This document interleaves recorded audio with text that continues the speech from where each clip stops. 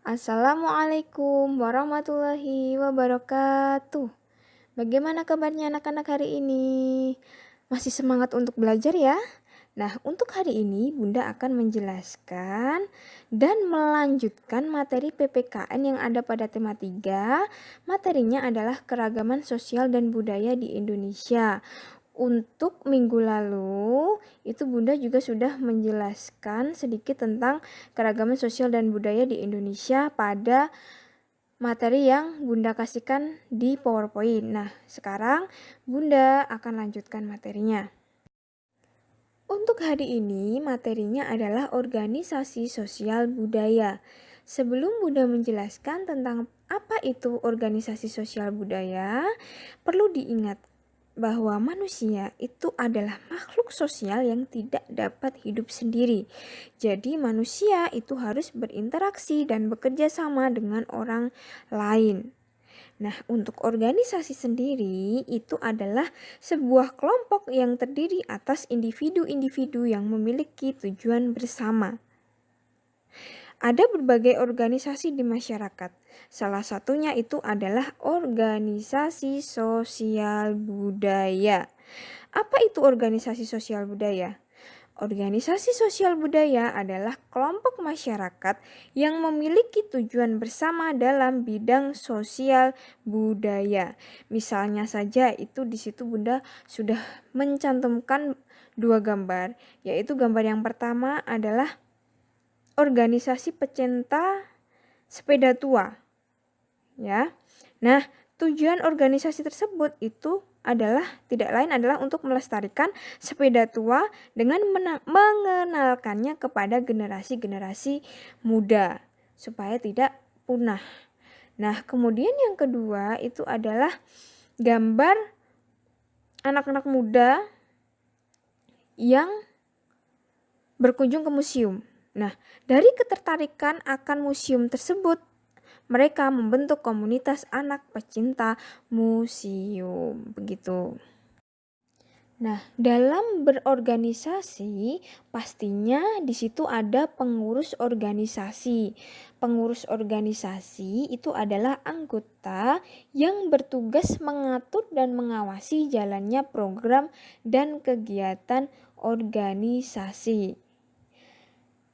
Untuk para pengurusnya sendiri itu dipilih oleh para anggota. Ada dua cara untuk memilih para pengurus, yaitu yang pertama adalah dengan cara voting. Voting itu adalah pemilihan pengurus organisasi melalui pemungutan suara. Jadi diambil suara terbanyak. Kemudian yang kedua adalah aklamasi. Aklamasi adalah pemilihan pengurus organisasi melalui penunjukan langsung kepada satu orang yang dianggap mampu melaksanakan tugas dengan baik. Jadi aklamasi itu langsung ditunjuk. Kamu yang menjadi pengurus.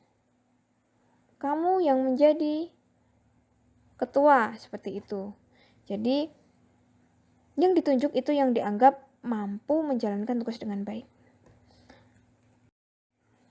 Kemudian, setiap organisasi pasti memiliki anggota dengan jumlah tertentu dan tujuan yang sama.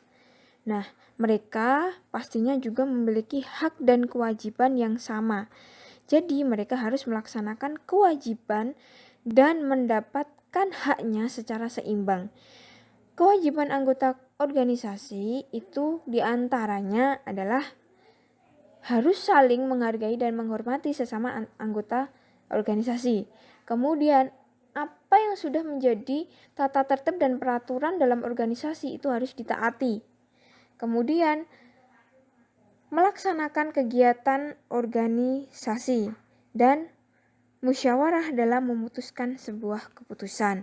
Untuk hak-hak yang bisa didapatkan oleh anggota organisasi itu adalah mengikuti pemilihan pengurus organisasi. Jadi kamu berhak untuk memilih siapa pengurus-pengurus organisasinya. Kemudian mengemukakan pendapat kritik dan saran. Yang ketiga adalah mengikuti setiap kegiatan yang dilaksanakan oleh organisasi. Selanjutnya adalah program kegiatan dan tata tertib yang ada pada organisasi. Program kegiatan organisasi itu adalah rancangan kegiatan yang harus dilaksanakan oleh para anggota organisasi. Sebagai contoh, misalnya dalam organisasi pramuka, itu mereka punya kegiatan untuk menolong sesama atau bakti sosial.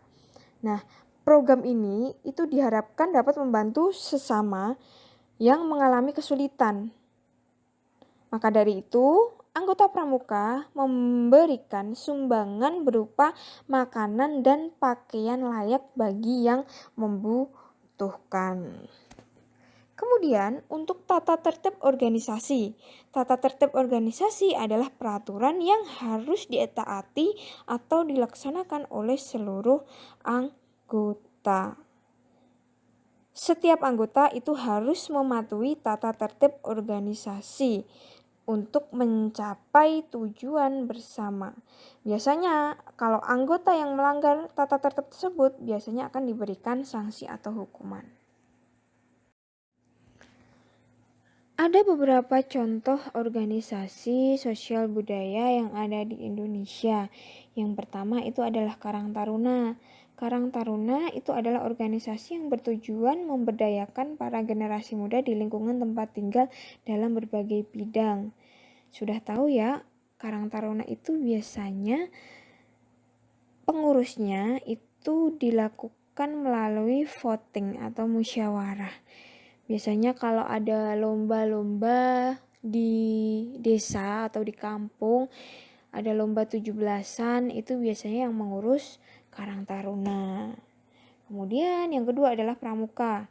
Sudah tidak asing ya bagi anak-anak semua, pramuka itu adalah salah satu organisasi ekstrakurikuler yang ada di sekolah. Nah, seluruh siswa itu berkewajiban untuk mengikuti kegiatan pramuka. Yang ketiga adalah usaha kesehatan sekolah, atau biasa kalian menyebutnya adalah UKS. UKS itu merupakan organisasi yang menangani masalah kesehatan warga sekolah. Biasanya di UKS itu ada dokter kecil, kemudian dan pengurus UKS. Nah, mereka memiliki tugas untuk mengobati siswa yang sakit ringan. Yang keempat adalah pasukan pengibar bendera atau biasa disebut Paskibra. Nah, Paskibra sendiri itu adalah salah satu organisasi ekstrakurikuler yang ada di sekolah juga. Paskibra itu biasanya menjadi petugas yang mengibarkan bendera merah putih saat upacara kemerdekaan maupun upacara nasional lainnya. Nah, anak-anak semua, cukup sekian yang Bunda sampaikan. Apabila nanti ada yang kurang paham bisa kalian tanyakan. Terima kasih. Wassalamualaikum warahmatullahi wabarakatuh.